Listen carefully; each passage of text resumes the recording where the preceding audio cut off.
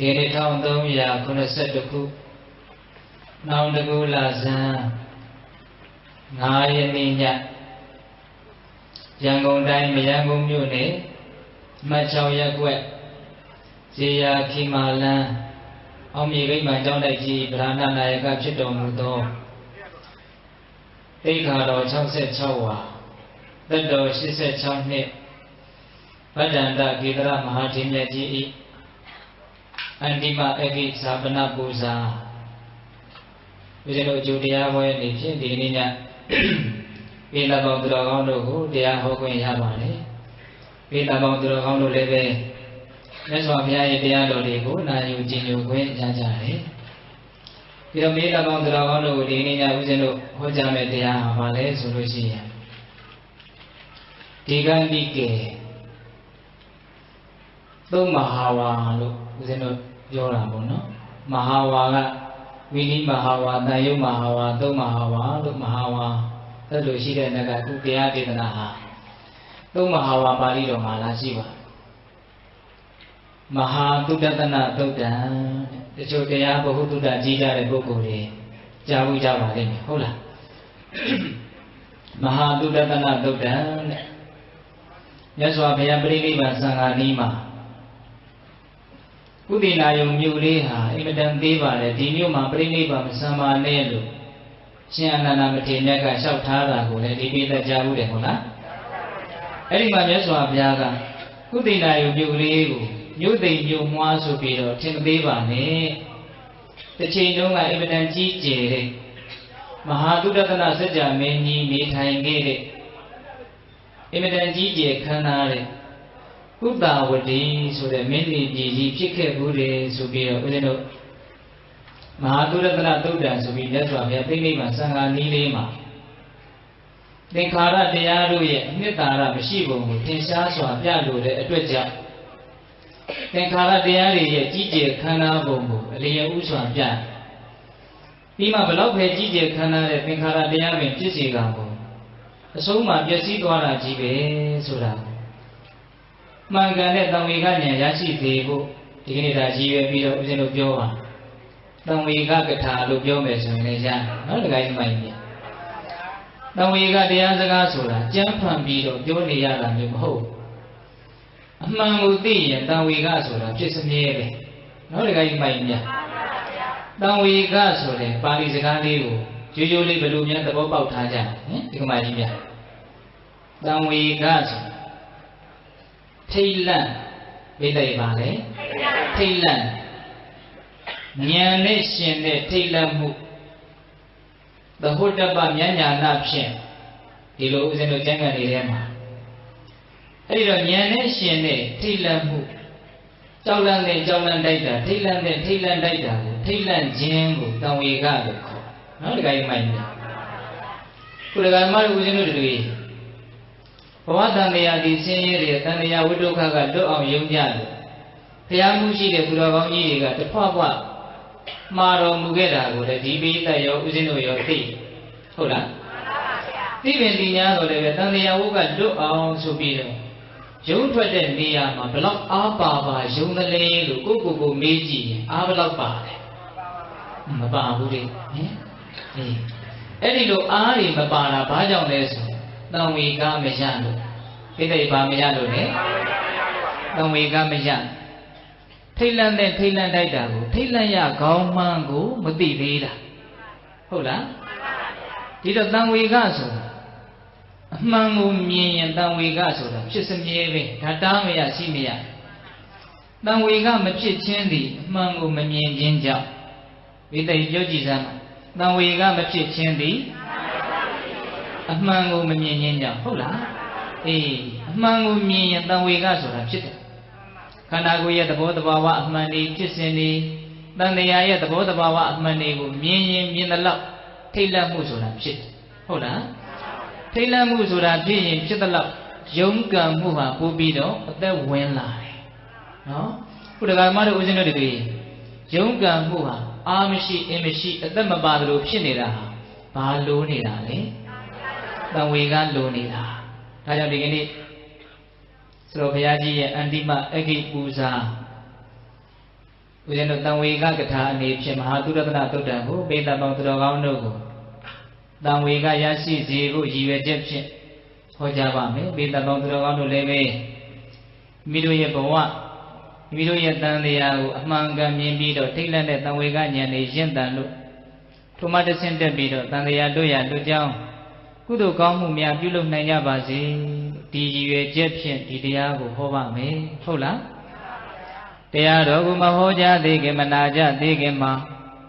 တရားတော်အလုံးကိုဟောကြားတော်မူခဲ့တဲ့ဘုရားရှင်ကိုယ်တော်မြတ်ရဲ့အင်မတန်အေးချမ်းကြည်လင်တော်မူတဲ့မဟာကရုဏာကိုသိစဉ်အတရားလုံးစုံကိုသိတော်မူမြင်တော်မူတဲ့သဗ္ဗညုတဉာဏ်တည်းဟူသောပညာကိုထိုကရုဏာကိုပညာကိုနှစ်ပါးစုံတို့ဖြင့်ပြည့်စုံတော်မူတဲ့ဘုရားရှင်ကိုယ်တော်မြတ်ကိုယုံသိမြတ်လို့ရှိခိုးပူဇော်ကြအောင်စို့ကရုဏာတိတလဟရယံပညာပေဇောတဝိဟတမောဟတမံသန္နရမရလောကကရုဝန္တိတုကတံဂတိဝိမု क्त ံကရုဏာတိတလဟရယံမဟာကရုဏာတော်ဖြင့်အေးမြသောစိတ်နှလုံးလေးရှိတော်မူပါ၏ထသောပညာပေဇောတဝိဟတမောဟတမံအရဟတမေတိဟုသောအယံဝလင်းဖြင့်ဝိဇာတိဟုသောမိုက်မောင်းကိုဖယ်ခွာတော်မူပြီးထသောပညာပေဇောတဝိဟတမောဟတမံအရဟတမေတိဟုသောအယံဝလင်းဖြင့်ဝိဇာတိဟုသောမိုက်မောင်းကိုဖယ်ခွာတော်မူပြီးထသောသန္နရမရလောကကရုံလူနဲ့မြမတတ္တဝနန္ဒတို့၏ကြောက်ထီတန်တုအလီကရုပြုရာတဆူရီသောဆရာသခင်လေးဖြစ်တော်မူပါ၏ထသောဂတိဝိမု क्त ံဒီဝမနုဿနိတယနှင့်ပိတတလိษံလာယရှိငါတန်သောဂတိတို့မှလည်းအထူးသဖြင့်ကင်းလွတ်တော်မူပြီးထသောသူကတံတတ္တဝါတို့ဟာအကျိုးများကြောင့်ဟုတ်မှန်သောစကားကောင်းကိုသာမြတ်ဆိုတော်မူပါ၏ထသောဗုဒ္ဓံသစ္စာလေးရတရားမြတ်ကိုလက်ပေါ်တင်တာပရမညာကဲ့သို့မြတ်သားတင်သိမြင်ပေတဲ့ဘုရားရှင်ကိုယ်တော်မြတ်ကြီးကိုမယံတရားဟောပုဂ္ဂိုလ်တရားနာပုဂ္ဂိုလ်ခေါ်ဆိုပညတ်ပရမတ်မာမူယုံနာနှစ်ဖြာဖြစ်ကြပါသောဘုရားတပည့်တော်တို့သည်ဝဏေဝနာမှာကာယဝစီမနောချီ၍သုံးဏီတော်ရပနာမဖြင့်ဒုက္ခယုကျူလက်ဆုံမူကားရှိခိုးဥညွတ်ပါ၏မြတ်စွာဘုရား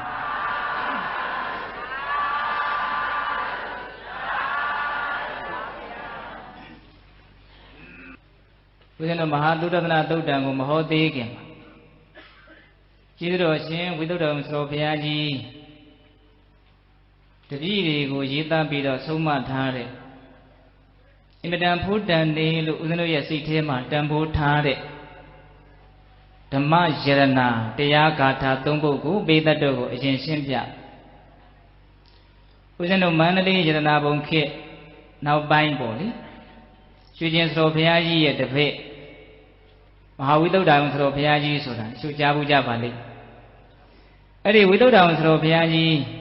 အောက်ပြည်အောက်ရွာမှာတရင်သုံးနေတော့မန္တလေးမှာရှိတဲ့သူ့ရဲ့ကျောင်းကြီးကိုမီးလောင်တယ်လို့ဆိုတယ်နော်အဲ့ဒီလိုမီးလောင်တော့တပည့်တွေတန်ဃာတွေကလှမ်းပြီးတော့သတော်ကြီးကိုစာလှမ်းရေးတာကျောင်းတော်ကြီးမီးလောင်လို့ပြန်ကြွခဲ့ဖို့အကြောင်းအဲ့ဒီမှာသတော်ဘုရားကြီးကပြန်မကြွပဲနဲ့ခုဦးဇင်းတို့ပိဋကတို့ကိုတင်ပြမဲ့ဂါထာလေး၃ပုဒ်ကိုရေးပေးလိုက်တယ်ပိဋက၃ပုံကိုမှွေနှောက်ချောက်ချားနိုင်တဲ့ပုဂ္ဂိုလ်ဒူးကြီးဆိုတော့မြတ်စွာဘုရားရဲ့အလိုတော်ကြအနှစ်သာရတွေနဲ့ပြည့်ဝနေတဲ့တရားတွေအဲ့ဒီထဲမှာတွေ့ရတယ်လေးနဲ့တာကိုမြင်လို့ရတဲ့ပုဂ္ဂိုလ်များတန်ဖိုးထားကြလိမ့်မယ်လို့ထင်တယ်နော်တခါကြီးမိုက်နေသေးသေးချာချာနားထောင်ကြည့်ဟုတ်လားယံကိစီပါဟိယဝိထုံယထာကမ္မပပိစတုဣဇတံမိမဘိနံမိအဘိနောဝိသပညဝါသေကိဗုဒ္ဓနာပုဗ္ဗေဘိနာသံပတ္တိယောဘဟုပါရမီပုံညတံပါရောတာရိကောဝအဘိနကောတသမတံယိဝသမ္မာရံသဗ္ဗတံပတ္တိသရကံတသမတံယိဝသမ္မာရံသတ္တမတံယိဝသမ္မာရံသဗ္ဗတံပတ္တိသရကံ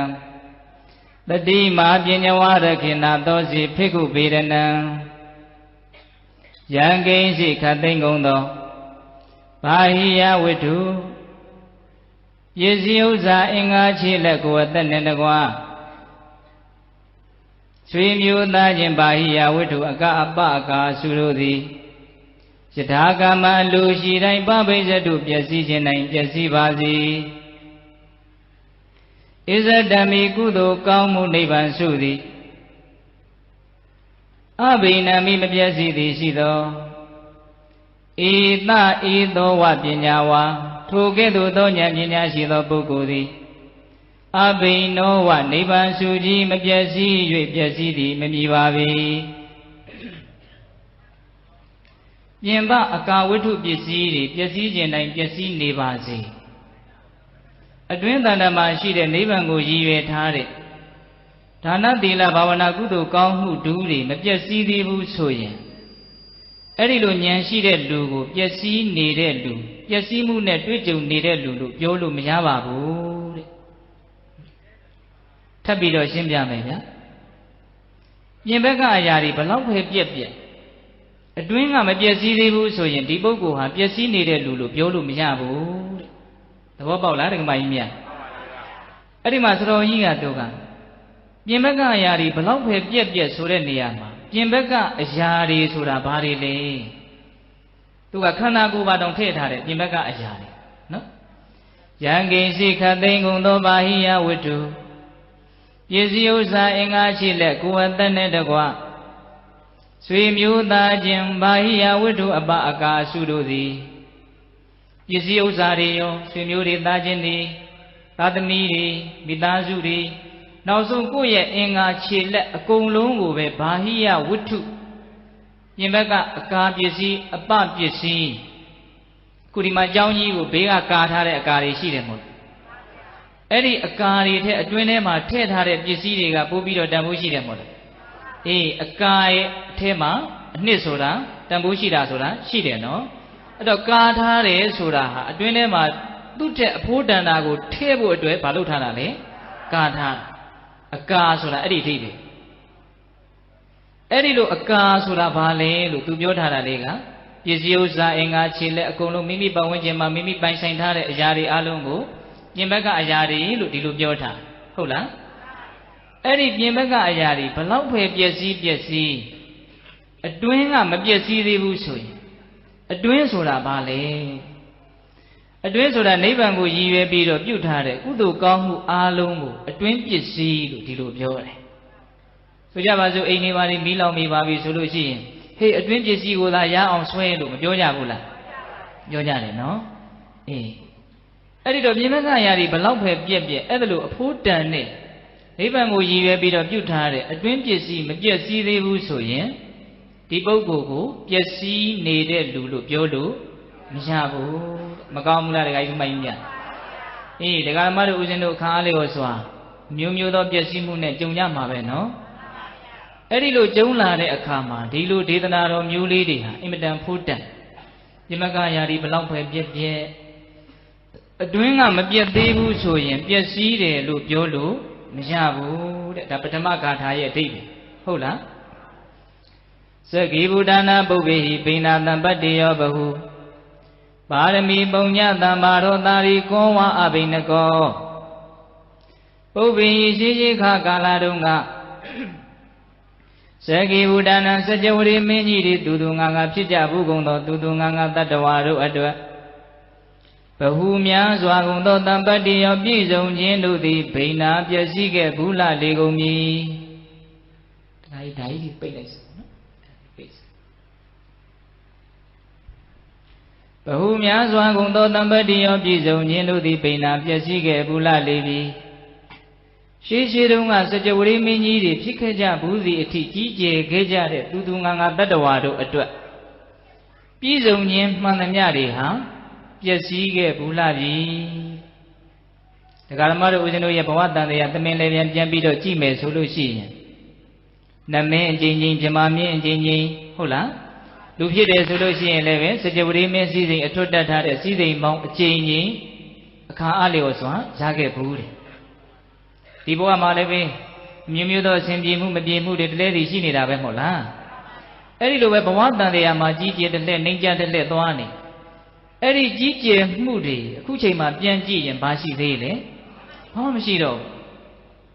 The Gamma Udinuri, jije game moody, by sign game moody, did the chema bashi vele. How much she gave? Edelo Archie de Pizo moody, go loa, Yesi gave Bula Babi. That the game man and only getting my mia. Editor, a jar aloha, Yesi needed, the Zuma tame night. Eri piasi needed a jari alu nema, Mapiasi that they are the Kuwe she. Ele Mapiasi that they have in the Kushi. The Kuwe she. Ego what the Kuri da Lemchido. Parami Bonya Tambara do. Parami Bonya Tambara Rabbi. Nebangu ye Butare. Parami Kudu Kamu Nidara Sudi Dalium. Abinago, Mapiasita do Yababi Kudu Kamu, the Kudi Dali, Mapiasita do, Dea Kudu Dama Yoyo Kudu, Lumabio, Nebango, Jiwe de Kudu Lupio. Yoyo Kudu Solushi and Piasito Ome. Tiniama Binda Dogo, and Ningamia Uzino Shimpia. So Yamado Kudu Kamu to Kulo de Napjin, Jimajin, Jijin, Soye. Eri Kudu Kamuga, 2 years, Swantadi, Shidi Alioswa. Napjip Yama, Jijin, a Pico, Bima Veno, the Gaimania. Eri Jijin, Negago, Kaimie the Rela, Makaimie. Eri do beta Yari, Yesi, Dwara, Net, the Jainete, Eri Kudu Regayo, Yesima Dwabula. Yesi Dwan. Suludaga Napjin, Kudu loaded, Napjit, Eri Naleve, now so, the Yara. Eri nat beta net the Jainete, Nat Chico, beta the Kuduba, the Kareba Pietaro, Yesito. Nevango Yive de Kudu Jado, Evelum, hope. No, the guy might. Maybe never Chanago, Mabea, Machin, Hamapia Sisi, who meant that the manga, for what than they had the Shalom Libido, a sing gainy may subido, Kamabisia 30 in that Nandama, Miran she. That's do I imagine Putan. Taligo Lilin and the Boba Luvare, no, the guy might. Tabo Nebango Yive Kudu Kamujado, Neban Maya Machin. Nania Kaige, my Bugue, Bundi, Jessie, Mashi, Bagadi, and Ma, Dilubio. Do the darling, and yet Tawara did it. No, the guy in my mia. Neban ya on some Jim baby, Maduya down, Consumdua. Hold on. Tadam did Nayima, Aluno Yadi, Yesi need. Nebango Yive look, you had a Kudu Kamu, the Kudi darling, Mabiasida though, they are. The loga Madame Shido Yaha Lelu me, she bovila. Male, Nebango Yivedo, Kudu Kamu, Hoyana. Jana Rigado, the Galamado was in Yaboama, Piasito Majive. Palope Gigi Vareve Bio, Palope Cindy Vareve Bio, Hola. Eri Piasimuri Jarema, Mapiasita though a shad Kugu. Put and a Lugo Yaga, Dana Twigama, Miaji Yao, Susan de Mula. Sudan the name. No, the guy you mind. Who is in the home at Dudana do Dansona. Eri Piasimuri will be a bit. Yaswa Piaga, deep Piasimuri de Gadi, look on June 29. A conzum ton ago, on Jubo, Division and Yaswa Pia Hoge. Hola. Madu Danele, Maha Dudana Dudan. So ye now Sungataga, now Sunjama was in Jobja. Hola. The Gatarin the Bogul and made in no. Yamaga Yari Balaupe Bia, the doing of a Bia Busoye, Yasi needed Lulu, Yolo, Mijabu. Jalum Yasi Doado Leve, Nebango Yive look you had a good Gamudiha, Pedo Kakalama, Mabiasivu, Magamula, County. The Dudana Dudan was a bit of Lila Gia. The Ajin Guromia. Udina Yumala Menoya in Uyama, Breneva Sangani. Siana Matimia Yaswa Piago. Tilau they need a mulima, Yaswa Pia, Breneva, Samanepia. Evidenci Baranadiru, Bawitilu, Yada Jurulu. Yujima Yaswa Pia, Breneva, Same Sulusi. The theatre jury, they bore at Yaswa Pia, Yukalato, Kongong Momo. Then you name my Limia. Siana Naga Pale, Yaswa Pia who shouted. အဲ့ဒီမှာမြတ်စွာဘုရားကချက်သားအာနန္ဒာဒီလိုမပြောနဲ့ကုသိဏယုံမြို့လေးကိုမြို့သေးကလေးလို့မင်းဒီလိုအထင်မသေးပါနဲ့တစ်ချိန်တုန်းကဟောဒီကုသိဏယုံမြို့ဟာကုသဝတီမင်းနေပြီဆိုပြီးတော့မဟာသုတတနာမင်းကြီးစူးစံခဲ့ဘူးတယ်ဆိုပြီးတော့မြတ်စွာဘုရားဟာမဟာသုတတနာသုတ်တံကိုဟော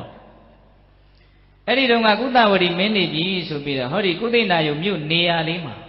အင်မတန်ကြီးကျယ်တဲ့မြို့ကြီးတစ်မြို့ဖြစ်တယ်ဘယ်လောက်ထိကြီးကျယ်တယ်လဲဆိုတာကိုမြတ်စွာဘုရားအဲ့ဒီသုတ်တံမှာအကျယ်ပြဥဒ္ဒတိုင်းပေါင်းများစွာရွှေတိုင်းပေါင်းများစွာငွေတိုင်းပေါင်းများစွာရွှေထမ်းမင်းနေများစွာငွေထမ်းမင်းနေများစွာခြံရံပြီးတော့ပြတ်သက်တွေအဆောင်တွေဆိုလို့ရှိရင်မျက်လုံးကိုကျိန်းဆက်နေတယ်လို့ဆိုတယ်ဝင်းဝင်းတောက်နေလို့မကြည့်နိုင်လို့ဟုတ်လားရှင်သန်မြင်းတဲ့ယထာတန်တွေနဲ့အမြဲရှူပြီးတော့အင်မတန်ကြီးကျယ်တဲ့စီကားတဲ့မြို့ကြီးတစ်မြို့အဲ့ဒီမြို့ကြီးမှာဦးဇင်းတို့ဘုရားလောင်းသုတတနာမင်းကြီးထိနန်းဆိုင်အဲ့ဒီသုတတနာမင်းကြီးမှာယရနာ9ပါးနဲ့တကူ4ပါးကိုပိုင်တယ်လို့ဆိုတယ်ယရနာဘယ်နှပါးလဲယရနာ9ပါးတကူကဘယ်နှပါးလဲအဲ့ဒီယရနာ9ပါးနဲ့တကူ4ပါးကိုမြတ်စွာဘုရားအသေးစိတ်ဘယ်လိုပြတယ်လဲဆိုတော့ယရနာ9ပါးပထမယရနာသည်စัจ जा ယရနာဘာယရနာလဲစัจ जा ယရနာစัจ जा ယရနာဆိုတာကပိဋကပေါင်းသူတော်ကောင်းတို့ရက်ထဲမှာလေစัจ जवरी မင်းစัจ जा မင်းဆိုပြီးတော့ပြောကြတာလေစัจ जा ဆိုတာပါဠိလိုပါဠိကိုဖြတ်ပြီးတော့ဆိုထားတာစက္ကဆိုတာဘာလဲလို့မေးရင်ဘိန်းပဲစက်ပဲတကယ်တမ်းကနော်ဘိန်းတက်ထားတဲ့ကောင်းငင်ကိုပြန်နိုင်တဲ့အရာပေါ့နော်အဲ့ဒါကိုယရနာထိုက်တဲ့အနေနဲ့အကံပေါင်း1000စေင်္ဂါ4ပါးနဲ့တကွဘယင်မင်းမြတ်စီးပြီးတော့လိုက်နိုင်လောက်အောင်ကြီးကျယ်တဲ့ယရနာကြီးပေါ့နော်အဲ့ဒါကိုစัจ जा ယရနာသူကဘယင်ဖြစ်ဖြစ်ချင်းလာပြီးတော့ရတာတော့မဟုတ်ဘူးအဲ့ဒီမှာဦးဇင်းတို့ဘုရားလောင်းကြီးကဥပုသ်တဲ့ဆောင်သုံးပြီးတော့တခုသောလာပြီးညမှာအရှိရက်ကိုမြုံပြီးတော့ကြည်နေတော့လာမင်းကြီးနဲ့အပြိုင်ထွက်လာတယ်လို့ဆိုတယ်အဲ့ဒီစัจ जा ယတနာကလေအဲ့ဒါနဲ့နန်းတော်တကားဝါကိုရောက်တော့ဩတရားနဲ့အညီအုပ်ချုပ်တဲ့မင်းကောင်းမင်းမြတ်တို့မှာစัจ जा ယတနာဆက်ရောက်တယ်လို့ငါကြားဘူးတယ်ဒါစัจ जा ယတနာများဖြစ်ရောသလားဆိုပြီးတော့ဘုရားလောင်းကြီးကလေ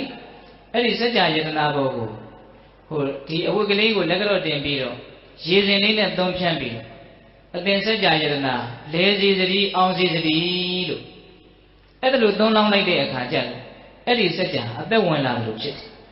အဲ့ဒီမှာဘုရင်မင်းမြတ်ကအဲ့ဒီစัจ जा ယတနာဘောကိုသူ့ရဲ့စစ်အင်္ဂါ၄ပါးကိုတင်ပြီးတော့စီးသွားတာအဲ့ဒါဘယ်ရောက်သွားတော့ဆိုတော့အရှိရက်ကိုရောက်သွားအဲ့ဒီအရှိရက်ကိုရောက်သွားတဲ့အခါကျတော့အရှိရက်မှာရှိတဲ့ထီးပြိုင်နန်းပြိုင်မင်းနေဟာရှင်မင်းကြီးကြွပါဟောဒီတိုင်းနိုင်ငံဟာအရှင်မင်းကြီးရဲ့တိုင်းနိုင်ငံမှာဆိုပြီးတော့ထိုးအပ်နော်ဩဇာခံမင်းလုပ်တယ်အဲ့ဒီမှာဦးဇင်းတို့ဘုရားလောင်းကြီးကအေးမင်းရဲ့တိုင်းပြည်မင်းပဲရှိသေးဒါပေမဲ့သူများတကူမတတ်တဲ့သူတော်မပစ္စည်းကိုမခိုးယူနဲ့၅ပါးသီလကိုပေးပြီးတော့တရားနဲ့အညီအုပ်ချုပ်လေဆိုပြီးတော့လက်အောက်ခံမင်းအနေနဲ့ခန့်အပ်ထားခဲ့အဲ့ဒီလိုနဲ့တောင်ရက်နောက်ရက်မြောက်ရက်နော်အရက်၄မျက်နှာမဟာသမုဒ္ဒရာအဆုံးရှိတဲ့မြေပြင်အားလုံးကိုဒီစัจ जा ယတနာရဲ့အစွမ်းကြောင့်ဘုရားလောင်းဟာအစိုးရတယ်လို့ဆိုတယ်နော်တကယ်ကြီးမိုက်ပြန်အေးအဲ့ဒီစัจ जा ယတနာဒီဘုရားလောင်းပိုင်တဲ့ယတနာ9ပါးတွေကပါလေပထမယတနာဒုတိယယတနာကပါလဲဆိုဆင်းယတနာပြီးလိုက်ပါယတနာလေဆင်းယတနာကသူကတကိုးစွမ်းနဲ့ပြည့်စုံကောင်းမင်ကိုပြန်နိုင်တယ်လို့ဆိုတယ်ဟုတ်လားဥပောတထဆင်မင်းဆွတ်ဖြူနေတယ်လို့ဆိုအင်မတန်စွမ်းတယ်အင်မတန်လိမ္မာတယ်ဘလောက်ထိမြန်တယ်လဲကောင်းငင်ပြန်တဲ့အခါမြတ်စွာဘုရားတိတိကျကျဟောတယ်တခါမှစုံစမ်းကြလို့ဆိုပြီးတော့ဦးဇင်းတို့ဘုရားတော်ကြီးကအဲ့ဒီဆင်ယတနာဘောကိုတက်စီးပြီးတော့ဂိုင်းမဟာသမုဒ္ဒရာအပိုင်းခြားရှိတဲ့ငါရဲ့နေမြေတွေကိုလိုက်ပြီးတော့ကြည့်မယ်ဆိုပြီးတော့ကြည့်တာအဲ့ဒါနန်းတော်ကိုပြန်ပြီးတော့ဆက်ရောက်လာတော့မနက်စာစားချိန်ကိုမှီနေသေးတယ်တဲ့အဲ့ဒါလောက်မြန်တယ်ဆင်ယတနာနော်ဆင်ယတနာပြီးတော့မြင်းယတနာဆိုတာကဦးဇင်းတို့ဝလာဟကမင်းမျိုးနော်ခေါင်းကနေတကူလုံးဖြစ် ခုနဆင်ယတနာရဲ့အစွမ်းလိုပဲသူကလည်းအင်မတန်မြန်တယ်ကောင်းကင်ကိုပြန်နိုင်တယ်ယတနာဘယ်နှပါးရှိသုံးပါးရှိစัจ जा ယတနာရဲ့ဆင်ယတနာရဲ့မြင်းယတနာရဲ့ဟုတ်လားအေးပြီးတော့ဗာလဲဆိုဗရမ ्या ယတနာဗရမ ्या ယတနာကသူက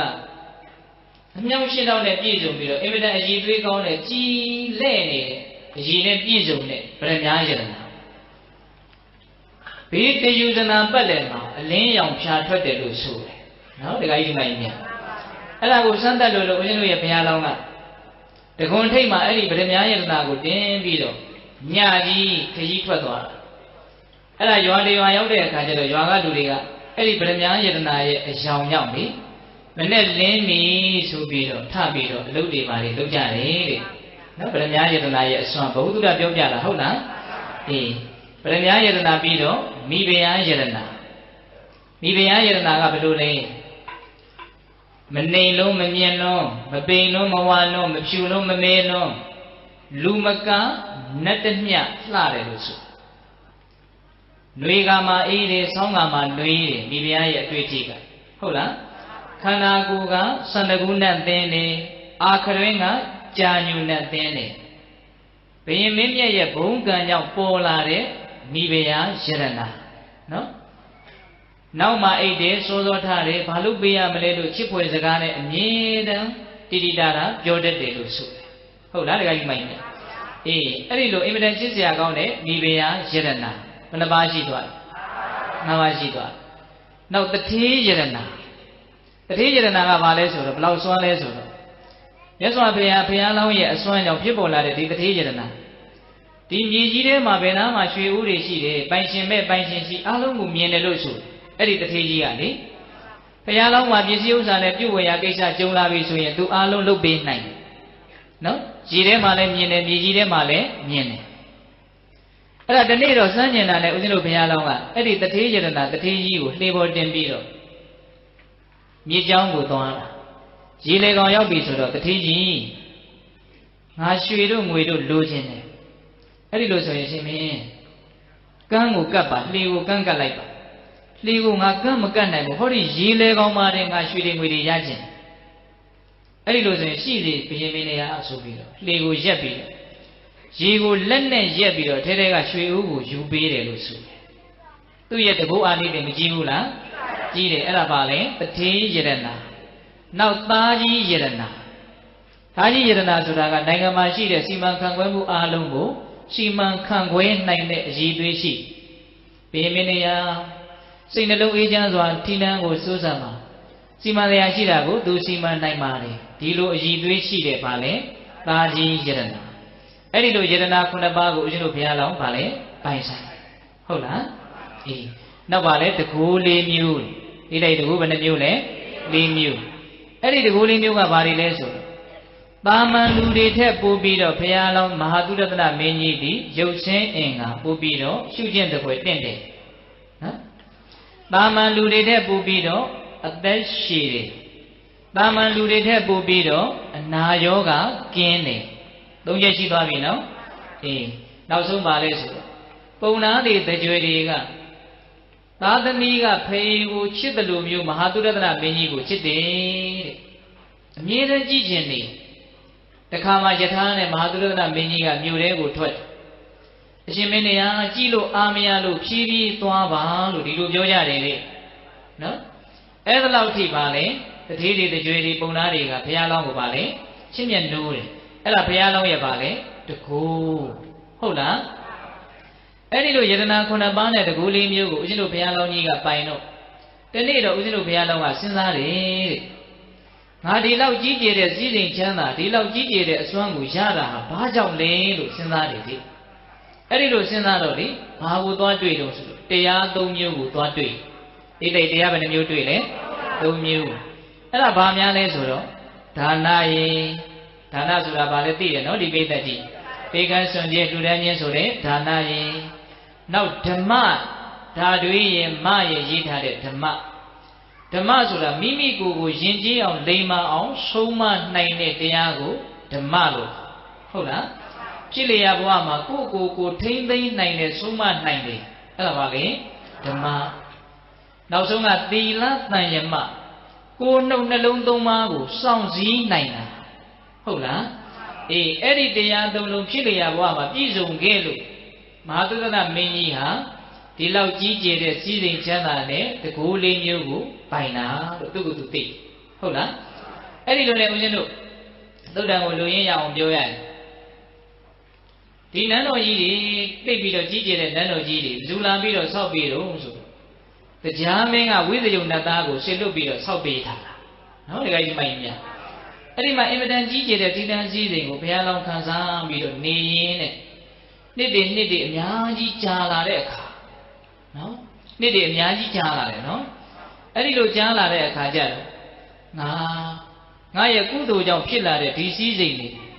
ကုသိုလ်ကိုတန်ဖိုးထားသောအဖြစ်ငါကုသိုလ်ကိုထပ်ပြီးတော့လုပ်မယ်ဆိုပြီးတော့မဟာဝိယုဟာပြတ်သက်ဆိုတာရှိတယ်အဲ့ဒီပြတ်သက်ပုံကိုဘုရားလောင်းကတက်ခါနီးမှာဘယ်လိုပြောသေးလဲဆိုတော့ပေးတတ်တို့မှတ်သားနေရာလေးတွေပဲဦးဇင်းကကွက်ပြီးတော့ပြောတာနော်ဟဲ့ကာမဝိတက်သင်အဲ့ဒီနားမှာနေရဒီပြတ်သက်ပုံကိုငါနဲ့တူတူလိုက်ခဲ့တဲ့တင့်နေရာဟာအဲ့ဒီနားမှာပဲရှိကာမဝိတက်ကိုအသက်ရှိတဲ့တတ္တဝါတကောင်လို့ဆက်ဆံတာဘုရားလောင်းကသိလားကာမဂုဏ်ကိုကြံစီတာကိုဘာခေါ်မလဲကာမဝိတက်ဟုတ်လားအေးနောက်ဗျာပါဒဝိတက်ဝိဟိတဝိတက်ညှင်းဆဲခြင်းနဲ့နှိမ့်ဆဲခြင်းနဲ့ဒေါသဖြစ်နေတဲ့အကျဉ်းလေးမင်းတို့ရဲ့နေပယ်ဟာအဲ့ဒီနားမှာပဲရှိတယ်မင်းတို့အဲ့ဒီနားမှာပဲနေခဲ့ငါနဲ့အတူတူပြတ်သက်ပေါ်ကိုတက်ပြီးတော့လိုက်မလာခဲ့နဲ့အဲ့ဒါလိုကြုံသွားပြီးတော့ဘုရားလောင်းကပြတ်သက်ပေါ်တက်သွားတာပြတ်သက်ပေါ်တက်သွားပြီးတော့တရားနှလုံးကျင့်သုံးတာအဲ့ဒီမှာသရုဋ္ဌဇံကိုရနော်ဘုရားလောင်းကြီးပြတ်သက်ပေါ်မှာဗာရလဲသရုဋ္ဌဇံရတယ်အဲ့ဒီသရုဋ္ဌဇံချမ်းသာနဲ့နှစ်ပေါင်းများစွာနေတာနော်ဘယ်မိဖုရားမှလည်းတယောက်မှအလားမခံဘူးသူ့ဒီကိုလေစားနေရတော့ဆရာပို့တဲ့မင်းကြီးတယောက်ပဲလာခံအဲ့ဒီလိုနဲ့ဇံချမ်းသာနဲ့ဦးဇင်းတို့ဘုရားလောင်းကြီးနေလိုက်တာပိုင်းထားတဲ့စည်းစိမ်တွေကတော့အများကြီးပဲနော်မြို့ပေါင်း8400နန်းတော်ပေါင်း8400ဟုတ်လားအများကြီး8400 8400လေးဦးဇင်းတို့အကျဉ်းမပြောပါဥပောသရဆင်မင်းဥဆောင်တဲ့ဆင်ပေါင်း8400ဝလဟကမြင်းခေါင်းဆောင်တဲ့မြင်းပေါင်း8400အဲ့ဒါလို့8400ပေါင်းမြောက်များစွာသုဘဒမိဖုရားကြီးဥဆောင်တဲ့မိဖုရားပေါင်း8400အများကြီးကိုပိုင်ဆိုင်နေသောမင်းမြတ်တွေအဲ့ဒါတွေကိုမခံစားဘဲနဲ့ဘယ်ချမ်းသာနဲ့နေနေတာလို့ဇန်ချမ်းသာနဲ့နေနေတာအဲ့ဒါဇန်ချမ်းသာနဲ့နေရင်းနဲ့ဒီနေ့တော့ဘာဖြစ်တော့ဆိုတော့ဘုရားလောင်းကသူ့ကိုယ်သူသိတဲ့အတွက်ကြောင့်မလို့ငါသုတိစိတ်ကြတော့မယ်ငါဗြဟ္မပြည်ရောက်တော့မယ်ဆိုတာသိတယ်ဘုရားလောင်းကသိတဲ့အတွက်ကြောင့်ထံတော်ထဲမှာနော်သူပိုင်တဲ့ထံတော်ထဲမှာထံတော်ဥယျာဉ်ရှိတယ်ရွှေတွေငွေတွေနဲ့လှုပ်ထားတဲ့ထမ်းမဲ့အတုတွေပေါ့နော်တခါကြီးမိုင်းမြတ်အဲ့ဒီတွေကဓမ္မရေကန်နာမှာအလုတ်အကျွေးကိုညောင်ဆောင်ခင်းခိုင်းပြီးတော့အဲ့ဒီမှာသွားပြီးတော့လေယောင်ဆက်အဲ့ဒီချိန်မှာပဲတိုက်ဆိုင်ဦးဇင်းတို့သုဘဒမိဖုရားကြီးကောင်းဆောင်တဲ့မိဖုရားပေါင်း8400မတို့ရဲ့အရှင်သခင်ကိုတို့မဖူးမြော်ရတာကြပြီဒါကြောင့်မို့လို့အရှင်သခင်ကိုတို့သွားပြီးတော့ဖူးမြော်ကြမယ်ဆိုပြီးတော့မိဖုရားတွေဦးဇင်းတို့ဘုရားလောင်းသားကိုချင်းကပ်လာအဲ့ဒီလိုချင်းကပ်လာတော့သုဘဒမိဖုရားကြီးကဉာဏ်ရှိတယ်ဘုရားလောင်းကိုအောက်ကနေတစိမ့်စိမ့်ဖူးရင်းနဲ့မဟာသုရတနာစัจ जा မင်းကြီးဟာအရေးအစင်းတွေအင်မတန်တန့်ရှင်းကြည်လင်းနေတယ်ထမ်းသီးမဲ့ရဲ့မျက်နှာဝလို့နော်ဒီကနေ့မိုင်းမြတ်ဇီးသီးမဲ့ကလေးများကိုပုတ်ထားတယ်လို့မျိုးအဲ့ဒါလောက်အရေးအစင်းကြည်လင်းနေတယ်ဆိုရင်မဟာသုရတနာစัจ जा မင်းဟာနတ်ရွာဆံကံတော်များကုန်မလို့လားမသိဘူးလို့ဒီလိုစဉ်းစားမိတယ်လေဟုတ်လားအဲ့ဒါနဲ့စိတ်ပူပြီးတော့အဲ့ဒီသုဘဒမိဖုရားကြီးကဦးဇင်းတို့ဘုရားလောင်းကိုရှောက်ဒေဝရှင်မင်းကြီးကုသဝရိရာဇဓာနီကုသဝရိရာဇဓာနီပမုခာနီကုသဝရိမင်းနေပြည်နယ်မှုရှိကုန်သောဣမာနိသတုရာတိနိနဂရသဟတန္တိဤ8400သောမြို့ကြီးတို့သည်ဒီရှင်မင်းတရားယတန်တကာနိဥစ္စာပစ္စည်းတို့ပါသည်ကုသဝရိမင်းနေပြည်မှုပြုတဲ့ဟောဒီမြို့ပေါင်း8400သည်ရှင်မင်းကြီးပိုင်တဲ့မြို့ပေါင်း8400ဖြစ်တဲ့ဒေဝရှင်မင်းကြီးဣဋ္ဌထုံမင်းကြီးပိုင်တဲ့ပစ္စည်းတွေရဲ့အပေါ်မှာသန္တန်ချစ်ခင်မြတ်နိုးခြင်းဆိုတဲ့သန္တာကိုဇနေဟိဖြစ်စေပါလောအရှင်မင်းကြီးပိုင်တဲ့ ဟောဒီကုသဝရီမင်းလေးပြည်အမှုရှိတဲ့မင်းလေးပြည်ပေါင်း8400ဟာအရှင်မင်းကြီးရဲ့ပစ္စည်းဥစ္စာတွေပါအဲ့ဒီအရှင်မင်းကြီးရဲ့ပစ္စည်းဥစ္စာတွေရဲ့အပေါ်မှာ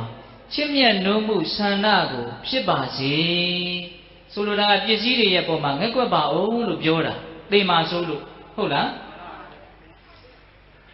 ဧတာရှင်မင်းကြီးပိုင်တာတဲ့ထိုပစ္စည်းတွေရဲ့အပေါ်မှာသန္တံလူဆန္ဒကိုဇနိဟိဖြစ်ပါစေလော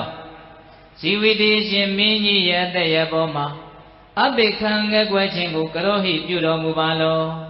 အရှင်မင်းကြီးရဲ့အသက်ကိုလည်းအရှင်မင်းကြီးငက်ကွက်ပါဦးအသက်ရဲ့အပေါ်မှာတွေ့တာတဲ့စိတ်သေလိုတဲ့စိတ်မဖြစ်ဖဲနဲ့ဒီအသက်ကိုခင်မင်မြတ်နိုးတဲ့စိတ်မသေးဖို့အာတင်းထားပါအောင်ပေါ့အရက်တို့ပြောရရင်နော်ဒီကကြီးမိုင်းမြအဲ့ဒီလိုဘုရားလောင်းကိုလျှောက်အဲ့ဒီမှာလျှောက်တာတွေကအများကြီးပဲဟောဒီမှာဓမ္မပြတ်သက်ကြီးအမှုပြုတဲ့ပြတ်သက်ပေါင်း8400အဲ့ဒါအရှင်မင်းကြီးပိုင်တာတဲ့ပြတ်သက်တွေပါအဲ့ဒီပြတ်သက်တွေရဲ့အပေါ်မှာအရှင်မင်းကြီးဆန္ဒကိုဖြစ်ပါစေအရှင်မင်းကြီးရဲ့အသက်ရဲ့အပေါ်မှာလည်းပဲငက်ကွက်မှုထားပါဦးနော်ပြီးတော့သုဘဒမိဘုရားမှုပြုတဲ့မိဘုရားပေါင်း8400ရဲ့ပုံမှာလည်းငက်ကွက်မှုရှိပါဦးအသက်ရဲ့ပုံမှာလည်းငက်ကွက်မှုရှိပါဦးအဲ့ဒါလို့မင်းကြီးပိုင်တဲ့ပစ္စည်းဦးဇင်းတို့အကျင့်မပြောတော့ဘူးနော်စင်နေမြင်းနေယထာတွေတထေးတွေတကြွယ်တွေဒီဟာတွေအကုန်လုံးကိုတစ်ခုချင်းစီတန်းပြီးတော့ဒီပိုင်တဲ့ပစ္စည်းတွေရဲ့အပေါ်မှာအရှင်မင်းကြီးအလိုဆန္ဒကိုထားပါအသက်ရဲ့အပေါ်မှာငဲကွက်မှုကိုစွန့်မပစ်လိုက်ပါနဲ့လို့အဲ့ဒီလိုပါလေဘုရားလောင်းကိုလာပြီးတော့ရှောက်တဲ့အခါကျတော့ဘုရားလောင်းကဘာပြန်ပြောလို့ဆိုဒေဝီမိဘုရားတွင်တင်သည်ဒီကရတ္တန်ရှိလျံလာစွာသောကာလပတ်လုံးမင်္ဂရဲ့အပေါ်မှာဣတိမြတ်နိုးဝဲကောင်းကုန်သောကန္တိဟိနှစ်သက်ဖွယ်ကောင်းကုန်သောမနာပိစိတ်နှလုံးကိုရှင်ပြုံးစေတတ်ကုန်သောဝဆနေဟိစကားတို့ဖြင့်သမုဒ္ဒါစရိတဝါဆိုခဲ့ပြီးတော့မှထသပနာထိုကဲ့သို့ဆိုခဲ့သည်ဖြစ်ပါလေရဲ့ပစ္စည်းမေကာလေးယခုလိုနောက်ဆုံးကာလမှာအကန္တိဟိမြတ်နိုးဝဲမကောင်းကုန်သောအနိဋ္ဌိဟိမြတ်နိုးဝဲမကောင်းကုန်သောအကန္တိဟိနှစ်သက်ဖွယ်မကောင်းကုန်သောအပိယဟိချစ်စရာမကောင်းကုန်သောအမနာပိဟိစိတ်နှလုံးကိုရှင်ပြုံးစေခြင်းကမစွမ်းနိုင်သောဝဆနေဟိစကားတို့ဖြင့်သမုဒ္ဒါစရတိဆိုပြီးဤတကားမိဖုရားတသက်လုံးမင်းဟာလေငါအတွက်မြတ်နိုးစရာကောင်းတဲ့စကားချစ်စရာကောင်းတဲ့စကားတန်ဖိုးရှိတဲ့စကားဒီလိုစကားတွေကြီးမင်းတသက်လုံးငါကိုပြောခဲ့ပြီးတော့မှအခုလိုနောက်ဆုံးအချိန်ရောက်မှဘယ်နဲ့ကြောင့်မုန်းစရာကောင်းတဲ့စကားအနိဋ္ဌာယုံမြတ်နိုးစရာမကောင်းတဲ့စကားချစ်စရာမကောင်းတဲ့စကားတွေကိုမင်းဘာကြောင့်ငါနာလာပြောတာတော့တဲ့ပိဋကဟိုဟာပြောတာကအဓိပ္ပာယ်တစ်မျိုးဘုရားလောင်းသတ်မှတ်တာကအဓိပ္ပာယ်တစ်မျိုးတူသလားမတူဘူးမိဖုရားကြီးကတော့ဒီမှာသုတိတိတ်ကြသေမာဆိုလို့တယုတရားပြောနေတာမဟုတ်လားဟုတ်လားဘုရင်မင်းမြတ်ကိုပါလေပိုင်ဆိုင်တဲ့ပစ္စည်းတွေကိုဆန္ဒထားပါဦးမိမိရဲ့အသက်ပေါ်မှာတွေ့တာမှုကိုစွန့်မပြစ်လိုက်ပါနဲ့သေမာဆိုလို့လာပြီးတော့ပြောနေတာဟုတ်လားအဲ့ဒါကိုဘုရားလောင်းကဘယ်လိုသတ်မှတ်တယ်လဲတသက်လုံးငါအနာလေးမှာမျက်နှိုးစရာစကားကိုပြောခဲ့တဲ့မင်းဟာလေဘယ်နဲ့ကြောင့်အခုနောက်ဆုံးအချိန်ကြမှာမျက်နှိုးစရာမကောင်းတဲ့တန်ဖိုးမရှိတဲ့ချစ်စရာမကောင်းတဲ့စကားတွေဘယ်နဲ့ကြောင့်လာပြောနေတာတော့အဲ့ဒီလိုပြောတော့သုလသုဝရသူမတာမိဖုရားကြီးကမြေကြီးကြသူမပြောတတ်တော့ဘယင်ကြီးကြိုက်အောင်သူဘယ်လိုပြောရမလဲဆိုတာသူမသိတော့ဟုတ်လားအဲ့ဒါနဲ့ဘယင်ကြီးကိုလျှောက်တယ်ရှင်မင်းနေရအဲ့ဒီလိုဆိုလို့ရှိရင်ဘယင်ကြီးမျက်နှိုးအောင်ချစ်စရာကောင်းတဲ့စကားနှစ်သက်ဖွယ်ကောင်းတဲ့စကားမျက်နှိုးစရာကောင်းတဲ့စကားဆိုတာဘယ်လိုစကားမျိုးပါလဲဗျာဘယ်လိုသတော်ဥတင်ရမှာလဲဘယ်လိုလျှောက်ထားရမှာလဲအဲ့ဒီမှာဦးဇင်းတို့ဘုရားလောင်းကြီးကသင်ပေးမိဗျာမင်းငါအတွက်မျက်နှိုးစရာကောင်းတဲ့စကားကိုပြောခြင်းတယ်ဆိုရင်လေအိုးရှင်မင်းကြီးဟောဒီချစ်ခင်ကမျက်နှိုးအပ်တဲ့သက်ရှိသက်မဲ့ပစ္စည်းတွေဆိုတာတနေ့ကြတော့အလုံးကွေကွဲသွားကြတာကြီးပါပဲဗျာအဲ့ဒါလိုပြောသင်ပေးနေတာသိလားဟုတ်လားအရှင်မင်းကြီးရဲ့အသက်နဲ့စည်းစိမ်ရဲ့အပေါ်မှာငက်ကွက်တွေ့တာမှုတွေထားမနေပါနဲ့ဗျာလို့မင်းအဲ့ဒါလိုပြောတကယ်လို့ငဲကွက်မှုတန်းလန်းနဲ့သေရတယ်ဆိုရင်အဲ့ဒါဆင်းရဲခြင်းရဲ့အကြောင်းပါဗျာလို့မင်းအဲ့ဒါလိုပြောပိဋကတခုချင်းသင်နေတာသိလားငဲကွက်မှုနဲ့သေရတာဒီ သူတော်ကောင်းနေကဲ့ရဲ့ပါတယ်ဗျာဒါကြောင့်မဲကွက်မှုတန်းလန်းနဲ့မသေးပါနဲ့ပိုင်ဆိုင်တဲ့ပစ္စည်းတွေရဲ့အပေါ်မှာဆန္ဒကိုစွန့်ထားလိုက်ပါမိမိရဲ့အသက်ရဲ့အပေါ်မှာလည်းပဲငဲ့ကွက်တွေ့တာမှုကိုစွန့်ထားလိုက်ပါလို့မင်းငါ့ကိုအဲ့ဒါလို့ပြောတဲ့အော်စရာကောင်းတယ်နော်ဒီကကြီးမိုင်းမြအဲ့ဒါနဲ့ဘုရားလုံးသင်ပေးတဲ့အတိုင်းသူဘာသာမိဘုရားကြီးကမျက်ရည်တွေကြားပြီးတော့ဘေးကနေလက်အုပ်ချီပြီးတော့ရှောက်ရတယ်နော်ဒေဝါရှင်မင်းကြီးတပ်ပြီးဝါလုံးစုံသားလင်ဖြစ်ကုန်သောပြီးရင်ဟိချစ်ခင်စရာကောင်းကုန်သောမနာပေစိတ်နှလုံးကိုရွှင်ပြုံးစေတတ်ကုန်သောညာတိအာရိဆွေမျိုးအစရှိသောပိုင်ဆိုင်သောအရာတို့နှင့်နာနာဘာဝဝိနာဘာဝအညထာဘာဝနာနာဘာဝပဋိသန္တိချမ်းပြီးတော့တကွဲသည်ဖြစ်ရခြင်းဆိုတဲ့ဖြစ်သည်၎င်းဝိနာဘာဝသေဆုံးတဲ့ဖြစ်တကွဲသည်ဖြစ်ရတယ်ဆိုတဲ့အဖြစ်သည်၎င်းအညထာဘာဝဘဝချမ်းပြီးတော့တကွဲသည်ဖြစ်ရတယ်ဆိုတဲ့ဖြစ်သည်၎င်းအဟောတိဖြစ်ရမှာပါဗျာ